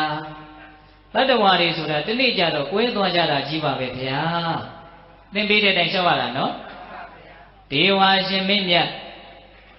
တာပိခငဲ့ွယ်ခြင်းနဲ့တကွာကာလံသေဆုံးခြင်းကိုမာအာကာရိသင်မပြုပါလေနဲ့ငဲ့ွယ်ခြင်းနဲ့တကွာသေဆုံးခြင်းကိုမပြုပါလေနဲ့ဖေယတာပိခငဲ့ွယ်ခြင်းနဲ့တကွာကာလံသေဆုံးခြင်းကိုမာအာကာတိမပြုပါနဲ့ဖေယပြုတော်မမူပါနဲ့ဖေယတာပိခတငဲ့ွယ်ခြင်းနဲ့တကွာကာလံကိရိယာသေဆုံးရတယ်ဆိုတာဒုက္ခဆင်းရဲလာပါ၏ဖေယပြောတာလေးကအင်မတန်လေးပဲရှိတယ်နော်ငဲ့ကွက်ခြင်းနဲ့တကွသေရတယ်ဆိုတာဆင်းရဲပါတယ်တဲ့ပိုင်ဆိုင်တာတွေအားလုံးဟာကိုယ်ကွင်းသွားမှကြီးပါပဲပျက်စီးသွားမှကြီးပါနော်အဲ့ဒီတော့ပျက်စီးသွားမယ့်အရာတားလို့မရတဲ့အရာကွဲလို့မရတဲ့အရာတွေကိုကိုကဆန္ဒနဲ့အတင်းသာဆုပ်ကင်ထားတဲ့မှာသလားမထားတဲ့ကိုကဆုပ်ထားမယ်ဆိုရင်ကိုအဲ့ဒါကကိုယ့်လက်ထဲမှာအမြဲတမ်းရှိနေမှာလားမရှိဘူးနော်တခါကြီးမိုင်းမြဒါလေးကိုဦးစင်စဉ်းစားမိတာလေးနည်းနည်းပြောခြင်းဆိုကြပါစို့ကိုယ့်လက်ထဲမှာဟိုကျိုးတစ်ချောင်းနဲ့ပစ္စည်းတစ်ခုကိုဆွဲပြီးတော့ကိုကအဲ့ဒီပစ္စည်းကိုဆုပ်ထားတယ်ဆိုကြပါစို့ကိုကလည်းအတင်းဆွဲနေတယ်ကိုကလည်းအဲ့ဒီပစ္စည်းကိုမလွတ်နိုင်ဘူးအတင်းဆုပ်ထားတယ်ဆိုကြပါစို့နော်အဲ့ဒီမှာတစ်ဖက်လူကမဖြစ်ဖြစ်အောင်သူကတော့ဆွဲပြတ်သွားမှာပဲဆိုရင်ကိုဆုပ်ထားရင်ဆုပ်ထားသလောက်မလွတ်လိုက်ရမှာလည်းမဟုတ်ဘူးလွတ်တော့လွတ်လိုက်ရမှာသို့တော့ဆုပ်ထားတာပြင်းရင်ပြင်းထန်သလောက်ကိုယ့်ရဲ့လက်ဟာနာကျင်တယ်ဟုတ်လားတကယ်ကြီးမိုက်များအကယ်၍များလွတ်ပေးလိုက်မယ်ဆိုလို့ရှိရင်လက်လုံးဝနာမှာမဟုတ်ဘူးနော်အဲ့ဒါကိုကမပေးနိုင်ဘူးဆိုပြီးတော့ကြကုတ်ကြခက်ဆုပ်ထားရင်ဆုပ်ထားသလောက်သွေးတွေပါလေလည်းထွက်ချင်ထွက်သွားမယ်ဟုတ်လားလက်တွေပါလေကျူးပဲ့ရင်လည်းကျူးပဲ့သွားမယ်ပေးတဲ့ရဟိုဘက်ကဆွဲတဲ့လူကတော့တဘာဝတရားမို့လို့လုံးဝအလျှော်ပေးမှာမဟုတ်နော်တကယ်ကြီးမိုက်များအဲ့တော့ဒကာမတို့ဦးဇင်းတို့ပိုင်ဆိုင်ပါတယ်လို့သတ်မှတ်ထားတဲ့အရာတွေကိုစိတ်နဲ့ဆုပ်ထားမယ်ဆိုရင်တဘာဝတရားကတော့ဆွဲမှာပဲနော်သူကအမြဲတမ်းကိုယ်ကွင်းမှုဖြစ်အောင်ဆွဲကိုဆွဲမှာသူ့ဘက်ကဘယ်တော့မှအရှုံးမရှိဘူးအဲ့တော့တေချာပေါက်လွတ်လိုက်ရမယ်ဆိုတာကိုသိထားတဲ့လူတစ်ယောက်တည်းဆွဲလာရင်အရင်နဲ့လွတ်တာလွတ်ပေးလိုက်အဲ့ဒါအသက်တာဆုံးနည်းပဲနော်လေကကြီးမိုင်မြဒါကြောင့်တစ်ချိန်ချိန်မှာကိုယ်ကွင်းကြရမယ်အရာတွေကိုလောဘတရားတက္ကာယတရားနဲ့ဆုပ်ကင်ထားတဲ့မှာလားမထားတဲ့ဘူးမထားတဲ့ဘူးနော်ကျိုးကလေးတင်းလာပြီဆိုကိုင်းသဘောပဲဘာကြောင့်ဆုပ်ထားလို့လည်းရမှာမဟုတ်ဘူးဟင်းတခါကြီးမိုင်းမြဆုပ်ထားလို့ကိုရနိုင်တဲ့အရာဟုတ်သလားမရနိုင်ဘူးမရနိုင်ဘူးအဲ့ဒါကိုပြောပြတယ်တနေ့နေ့မှာကိုယ်ကွင်းကြရမှာကြီးပဲဒါကြောင့်ငဲ့ကွက်ချင်းနဲ့တကွာမသေးဆုံးလိုက်ပါနဲ့ဒါပြောတာနော်ဘာဘေကတာငဲ့ကွက်ချင်းနဲ့ကာလကိရိယာသေဆုံးတယ်ဆိုတာဒုက္ခဆင်းရဲလာပါ၏ဖေယဘာဘေခတာငဲ့ကွယ်ခြင်းတဲ့ဝါကာလံကိရိယာသေဆုံးခြင်းကိုဗုဒ္ဓဒီဘုရားဆရှိသောအရိယသူတော်ကောင်းတို့သည်ကရဟိတာစကဲလေကဲ့ရဲ့ပါ၏ဖေယငဲ့ကွယ်ခြင်းနဲ့သေရတဲ့မစွန့်နိုင်မလွတ်နိုင်မဲနဲ့မဖြစ်လို့သာသေလိုက်ရတဲ့မตาမျိုးကိုအရိယသူတော်ကောင်းတွေဘုရားဆရှိတဲ့အရိယသူတော်ကောင်းတွေကပါလေကဲ့ရဲ့တယ်ရှုံချတယ်ဟုတ်တာဗောငဲ့ကွယ်ခြင်းနဲ့သေလို့ရှင်ပိဋကရေပြိတ္တာဘုံဘဝလောက်တော့အပါလေးသွားဟင်တကယ်ကြီးမိုက်ရဟုတ်လားဒါကမပြတ်ဘူးပြတ်သားမှုမရှိဘူးမစွန့်လို့ရမှာလည်းမဟုတ်တဲ့တရားကြီးကိုစွန့်လို့ပြီးတော့စိတ်မချမ်းမသာနဲ့သေသွားတယ်ဆိုရင်ကောင်းတဲ့ဘဝရောက်နိုင်မှာမလား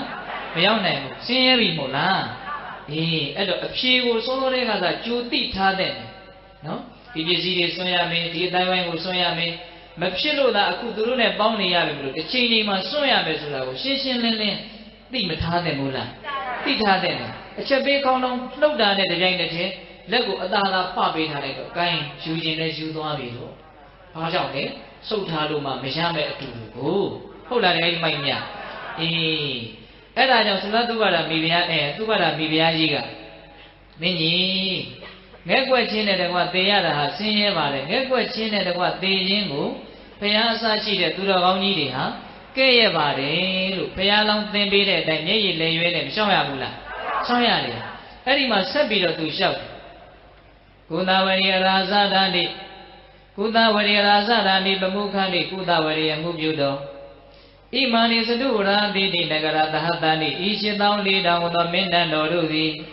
တေရှင်မင်းနေရဤတန်တကာလေးဥစ္စာပစ္စည်းတို့ပါသည်ဣဋ္ဌာရှင်မင်းကြီးပိုင်းတဲ့ထိုပစ္စည်းဥစ္စာတွေရဲ့အပေါ်မှာဇာဏံသနာကိုပဇဟပေဆွတ်မာတော်ရောင်းမြန်ပြန်ပြောခိုင်းတာနော်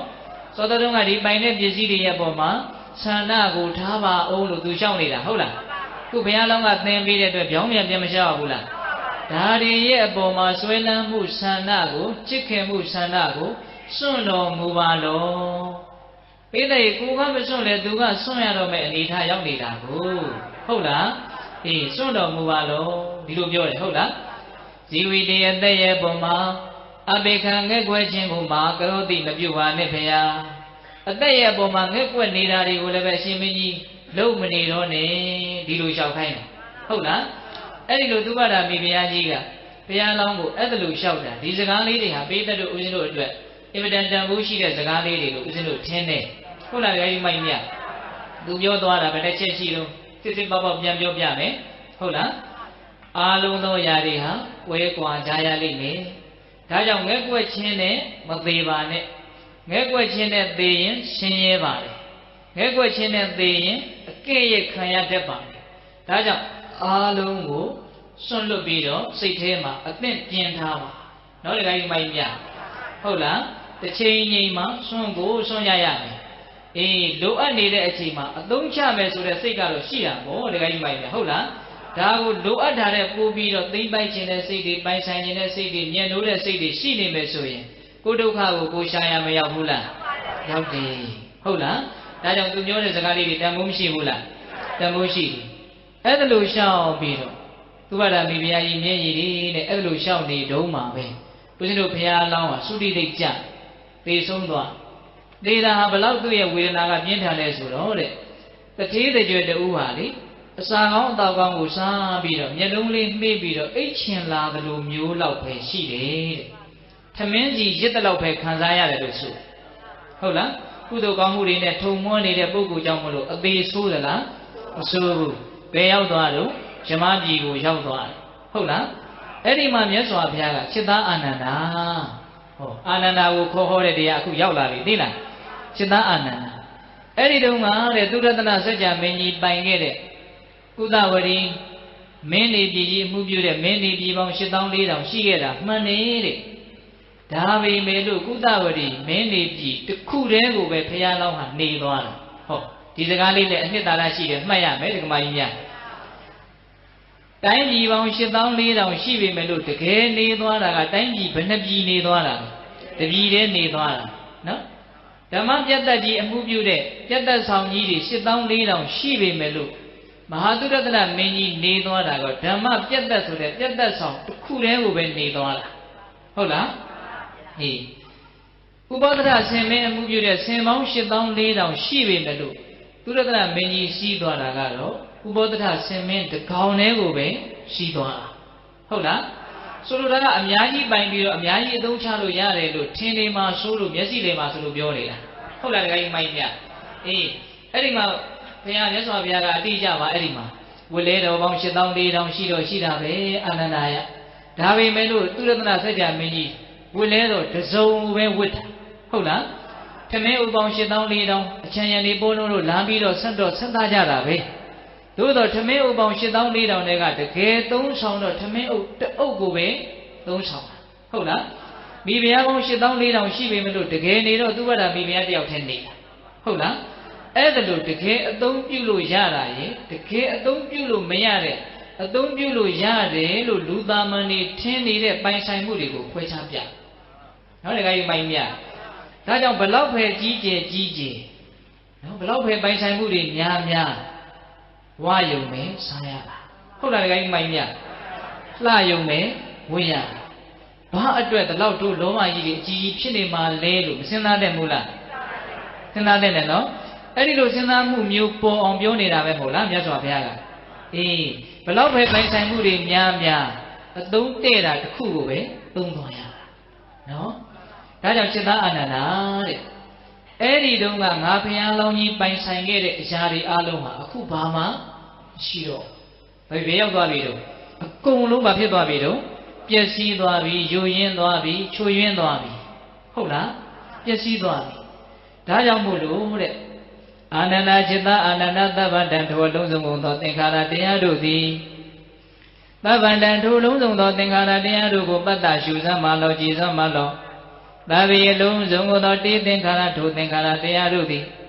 အတ္တိတာလွန်ခဲ့ပြီနိရောဓချုပ်ခဲ့ပြီအဲ့ဒီသင်္ခါရတရားတွေဟာလွန်ခဲ့ပါပြီတဲ့အတိတ်မှာကြံခဲ့ပြီ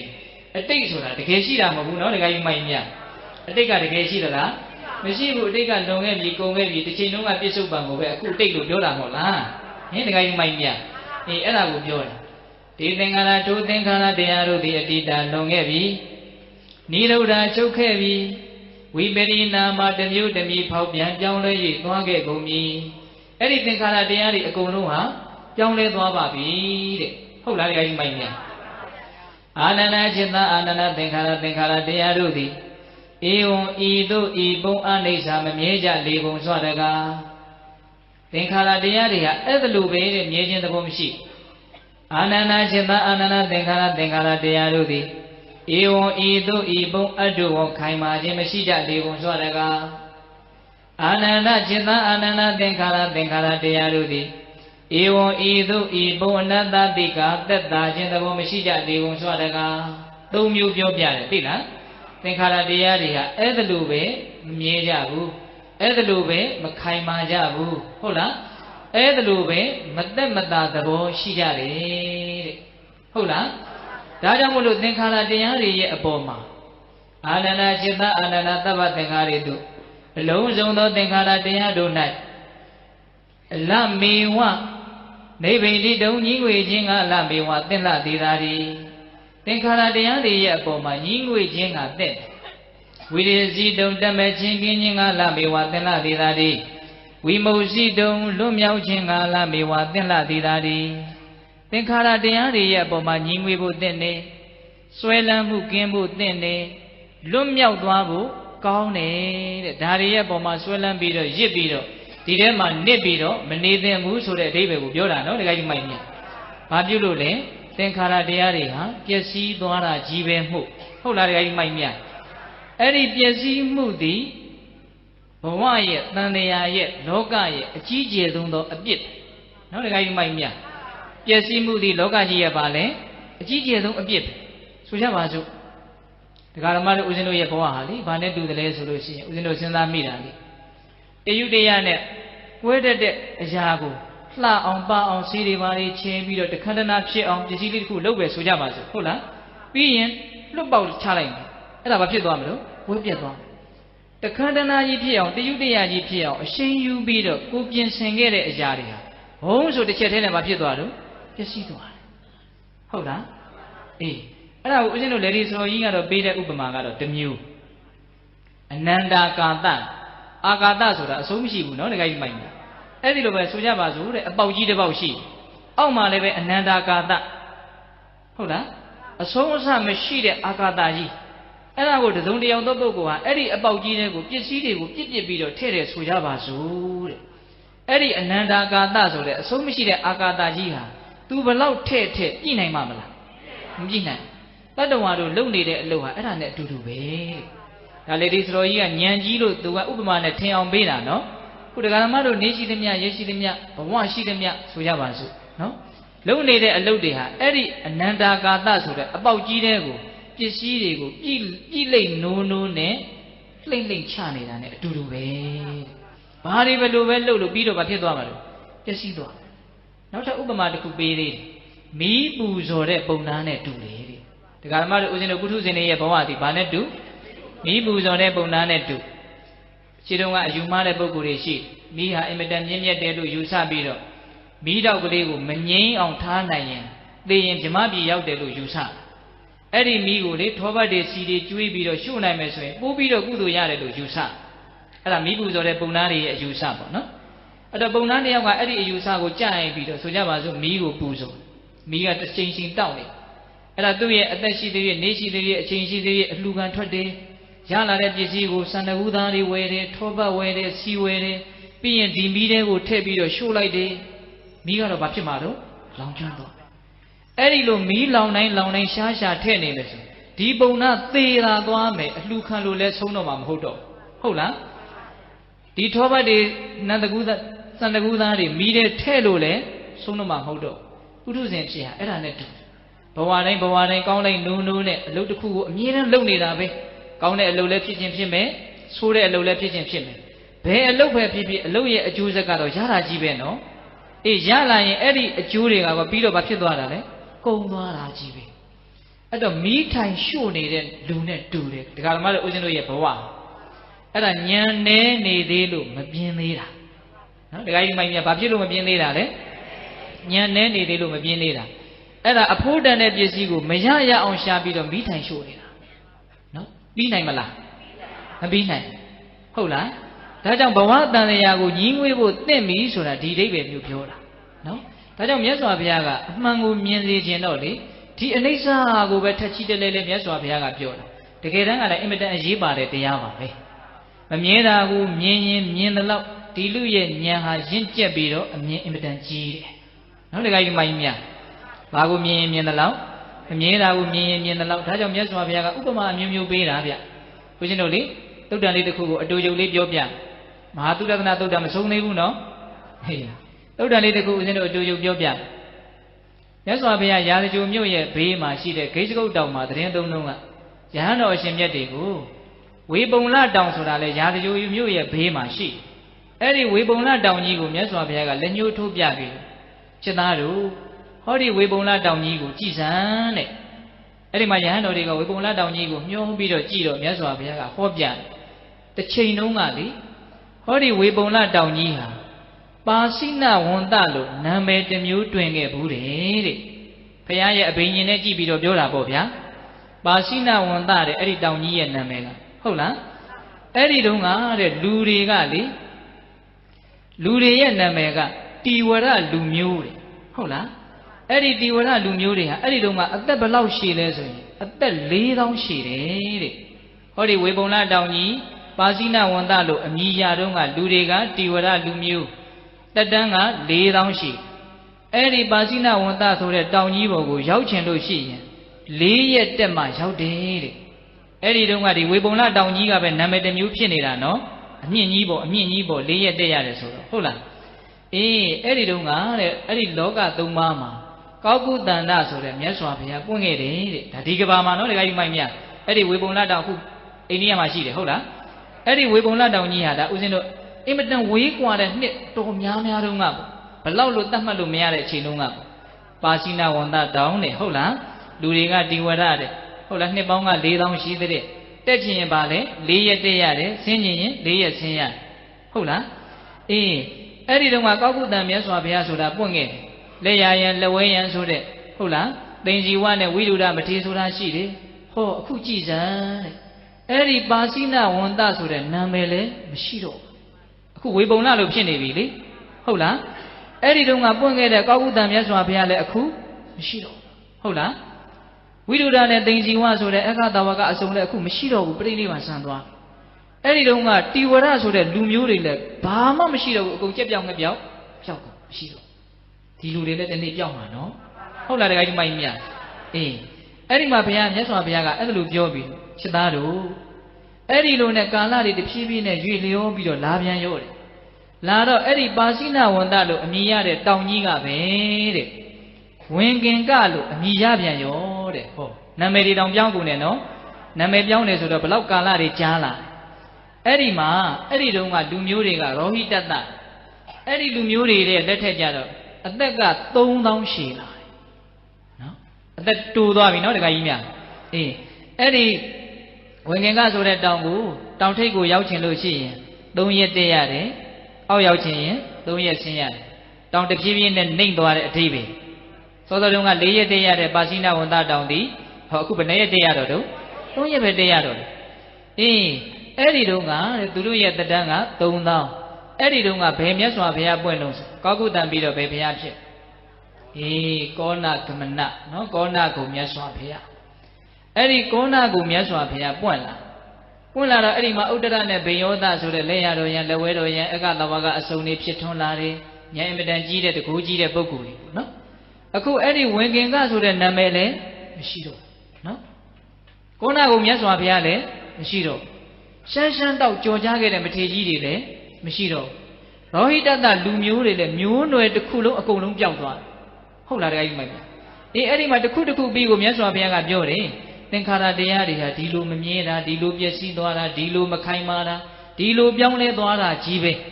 ဒါကြောင့်ဒါတွေရဲ့ပုံမှာညီငွေဖို့သင့်တယ်ဉာဏ်ကြီးဖို့သင့်တယ်အမှန်မြင်ဖို့သင့်တယ်လို့ဒါလေးကလည်းအမြဲတမ်းညှက်ညက်ပြောသေးတယ်ဟုတ်လားဒါပိဋကတ်တို့ကိုဦးဇင်းတို့ကမြင်အောင်ပြောပြတာသိလားအေးအဲ့ဒီတုန်းကဝင်ခင်ကတောင်လည်းအခုမရှိတော့နာမည်မရှိတော့ဘူးပြောတ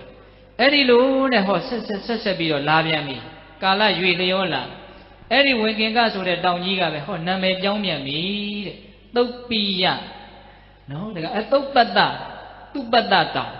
ကောင်းကောင်းမြင်ရတဲ့တောင်ပေါ့နော်အဲ့ဒီသူပတ္တတောင်ကြီးကမြင်လိုက်တာ2ရက်တက်2ရက်ဆင်းရတယ်နှိမ့်သွားပြီနော်နည်းနည်းဟုတ်လားအဲ့ဒီတုန်းကသုတ်ပိယတဲ့လူမျိုးနွယ်တွေရဲ့နာမည်ကတက်တန်းကဘယ်လောက်ရှိတုံးဆိုတော့2000နော်တောင်ကြီးကို2ရက်ဆင်းရတယ်2ရက်တက်ရတယ်ဟုတ်လားအဲ့ဒီလိုနဲ့အဲ့ဒီကာလတုန်းကကတ္တပဆိုတဲ့မြတ်စွာဘုရားပွင့်ခဲ့ဘုန်းကြီးတို့ဘုရားရဲ့အရင်ပေါ့နော်အဲ့ဒီကတ္တပမြတ်စွာဘုရားရဲ့လက်ထက်မှာလက်ရတော်ရန်လက်ဝဲတော်ရန်တွေမပေါ်ခဲ့ဘူးလားပေါ်ခဲ့တယ်အဲ့ဓာတွေလည်းအခုဘာမှမရှိတော့ဘူးချက်သားတို့အဲ့ဒီတုန်းကသူပတ္တဆိုတဲ့တောင်ကြီးလည်းနာမည်လည်းမရှိတော့အခုငါဘုရားရဲ့လက်ထက်ရောက်တော့အဲ့ဒီသူပတ္တဆိုတဲ့တောင်ကြီးကဘလို့ဖြစ်လာဝေပုံလတောင်ဆိုပြီးတော့ဖြစ်လာတယ်တဲ့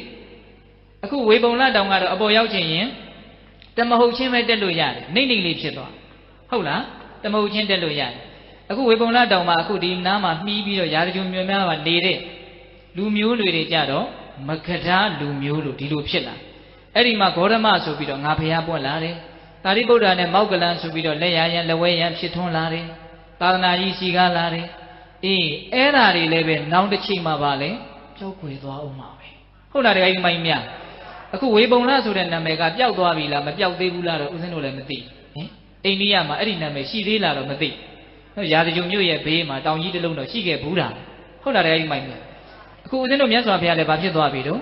ပြိဋိဘံဆံသွားပြီရှင်သာရိပုတ္တရာတို့ရှင်မမောက္ကလန်တို့လည်းပြိဋိဘံဆံသွားပြီသင်္ခါရတရားတွေဟာဒီလိုပျက်စီးသွာ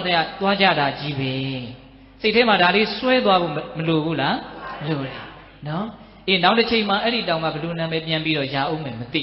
ဟုတ်လားတကယ်ကြီးမိုက်မြန်အေးအဲ့ဒီချိန်မှာလူမျိုးတွေကဘယ်လောက်အသက်ရှင်မယ်မသိဟုတ်လားဘယ်လိုလူတွေပေါ်ထွန်းလာမယ်မသိသိနိုင်တာတခုသေးကြတာတခုကဘာတွေပဲဖြစ်လက်တန့်ဖြစ်အဲ့ဒါတွေအားလုံးပျက်စီးသွားအောင်မယ်ဆိုတာတော့သိကြတယ်ဟုတ်လားတကယ်ကြီးမိုက်မြန်အေးအဲ့ဒီတော့အဓိကချက်ကိုမေ့မပြည့်နဲ့နော်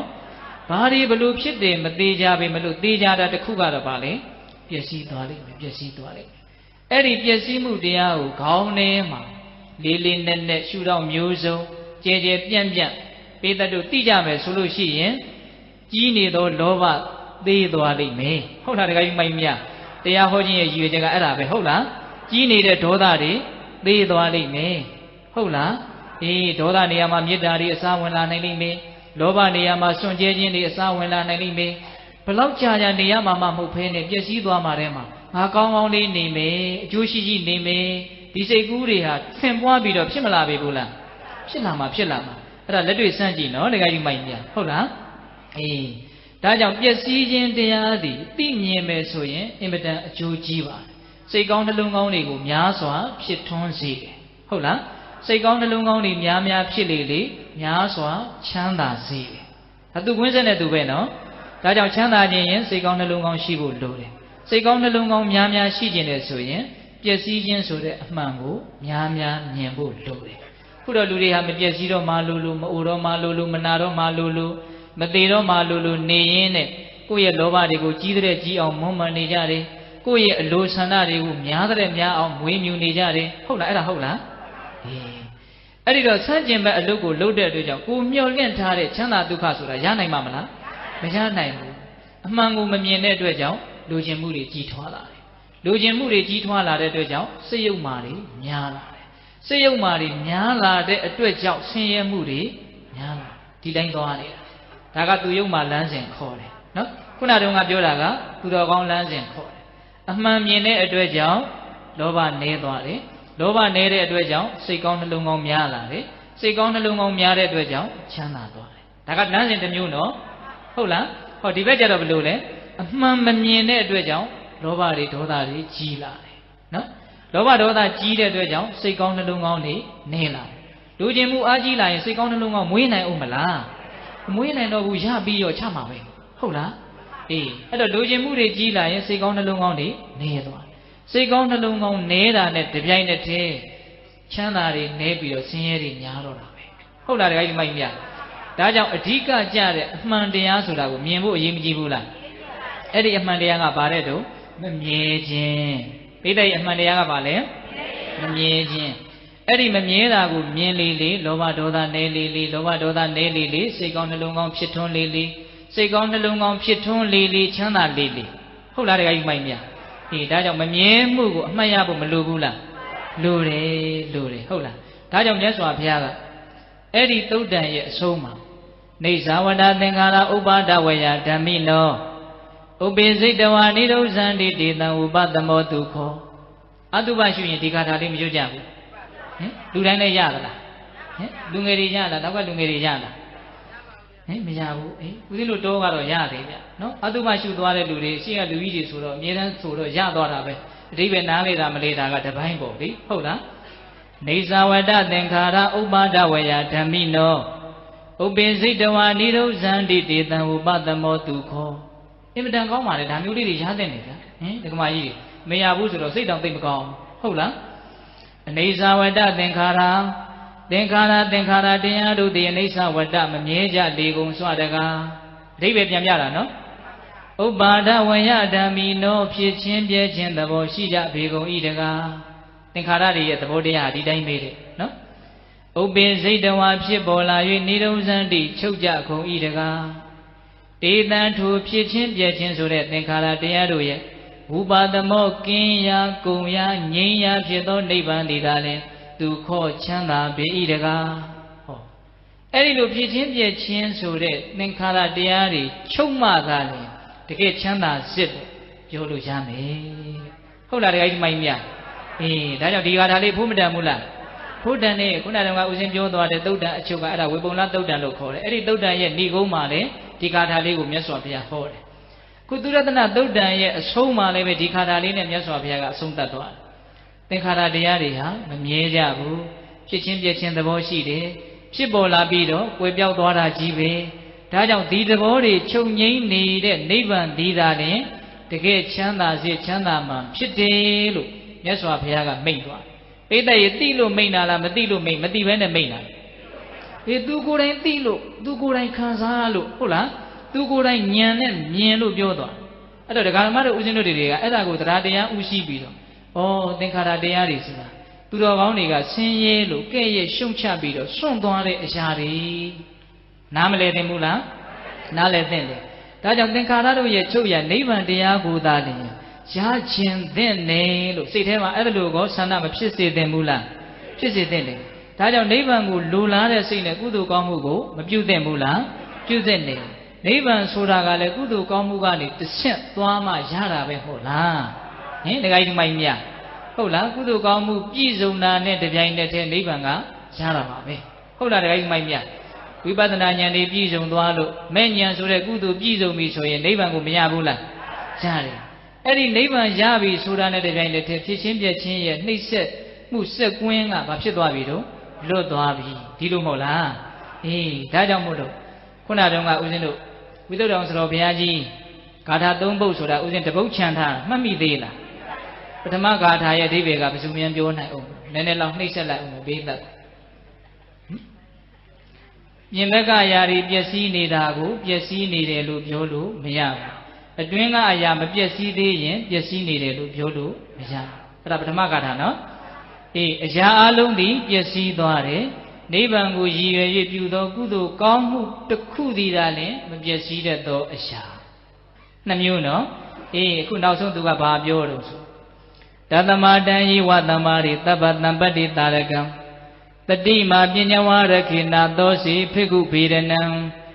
တသမထိုကဲ့သို့နိဗ္ဗာန်မရောက်မချင်းတန်တရားခရီးကဲ့၌ပြိုကွယ်ပြုံးနှိပျက်စီးခြင်းမရှိပဂတိအမှားဖြစ်လေသောကြောင့်တပ္ပတံပတ္တိတာရကံလုံးစုံသောပြည့်စုံခြင်းတွေကိုပြည့်စည်စေနိုင်သော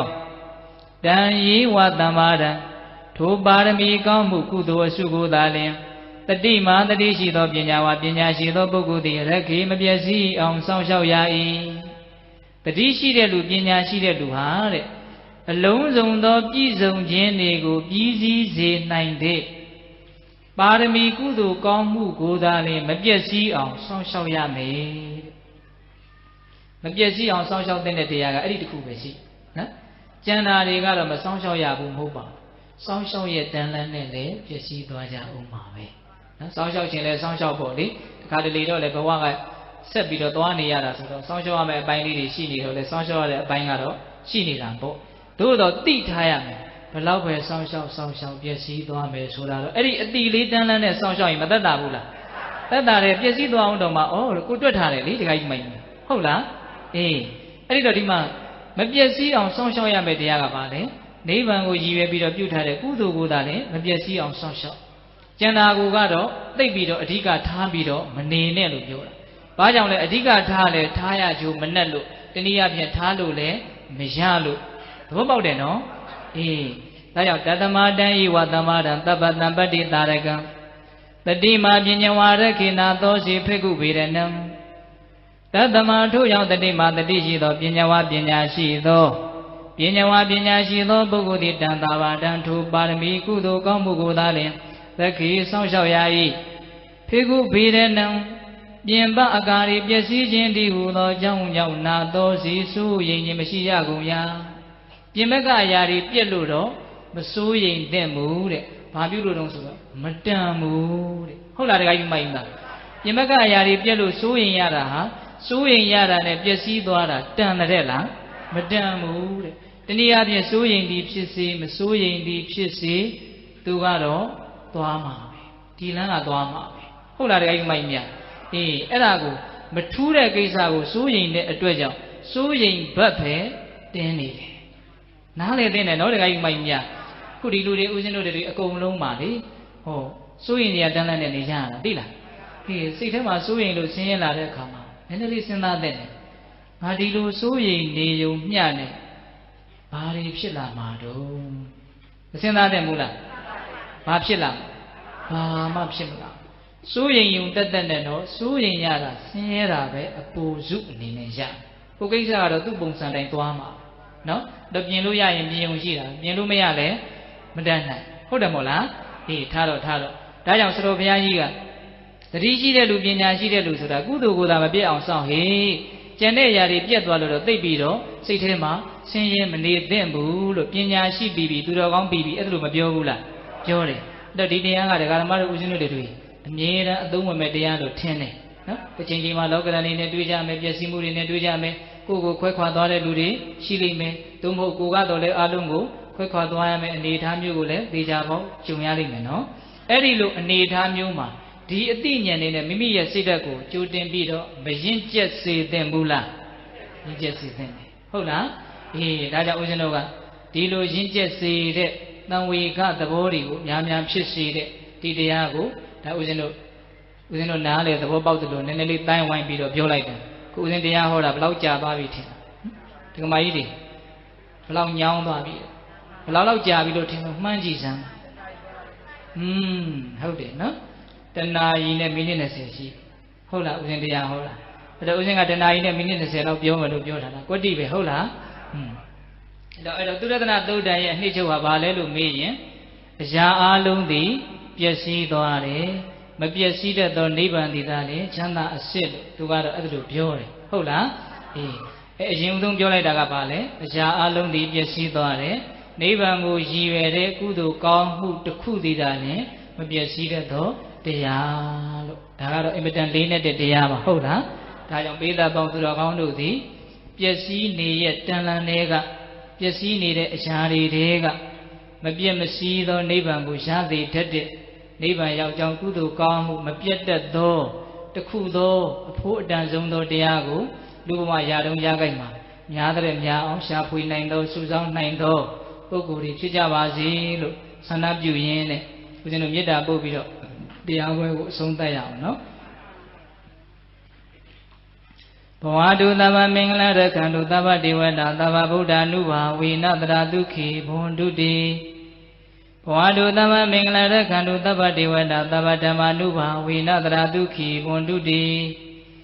ဘဝတုသဗ္ဗမင်္ဂလရခန္တုသဗ္ဗဒေဝတာသဗ္ဗသံဃာနုဘာဝေနတရာဒုက္ခိဘွန်တုတိ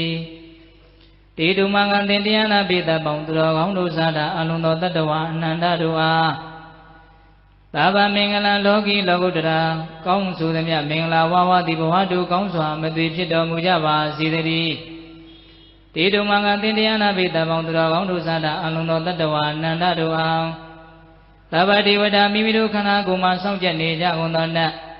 မိမိတို့အိမ်မှာစောင့်ကြနေကြကုန်သောနတ်မိမိတို့ရွာမိမိတို့သာသနာမှာစောင့်ကြနေကြကုန်သောနတ်မြတ်နာကောင်းတာပေါင်းတို့ကလည်းပဲရက္ခဏုကောင်းစွာမသွေစောင့်ရှောက်တော်မူနိုင်ကြပါစေတည်းတေတုမင်္ဂသင်တရားနာပိသပေါင်းသူတော်ကောင်းတို့စားတာအလုံးသောတတ္တဝါအနန္တတို့အားသဗ္ဗဗုဒ္ဓ ानु ဘာဝေန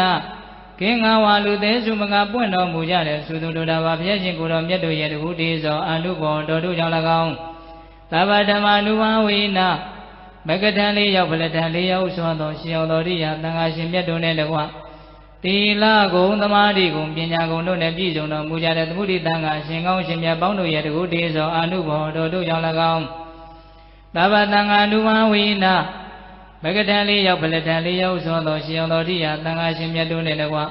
သီလဂုဏ်သမာဓိဂုဏ်ပညာဂုဏ်တို့နဲ့ပြည့်စုံတော်မူကြတဲ့သမုဒိသံဃာရှင်ကောင်းရှင်မြတ်ပေါင်းတို့ရဲ့တခုတည်းသောအနုဘောတော်တို့ကြောင့်၎င်း